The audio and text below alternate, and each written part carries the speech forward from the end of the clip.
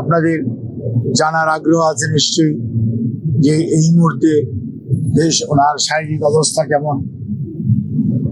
এই মুহূর্তেও দেশনেত্রী বেগম খালেদা জিয়ার শারীরিক অবস্থা পূর্বে যে অবস্থায় ছিল আলহামদুলিল্লাহ এখন পর্যন্ত চিকিৎসকদের পরামর্শ মোতাবেক যে চিকিৎসা ওনাকে দেওয়া হচ্ছে সেই চিকিৎসা উনি ঠিকমতো গ্রহণ করতে পারছেন এবং ওনার শারীরিক অবস্থা গত কয়েকদিন পূর্বেও যে অবস্থায় ছিল আলহামদুলিল্লাহ উনি সেটি মেনটেন করে যাচ্ছেন।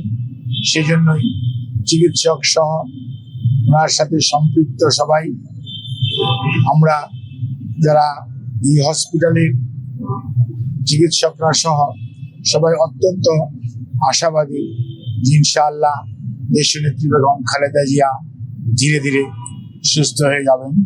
তারপরেও মনে রাখতে হবে ওনার যে অসুস্থতা এবং ওনার যে বয়সের চেয়ে বেশি ওনার যে অসুস্থতা এবং ওনাকে পরিকল্পিতভাবে যেরকম অসুস্থ অবস্থার মধ্যে বিগত সময়ে ঠেলে দেওয়া হয়েছে, চিকিৎসা যথাযথভাবে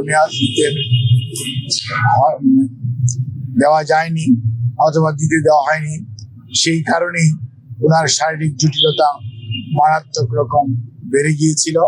সেই জন্যই এবার উনি বেশ কঠিন সময় পার করছেন।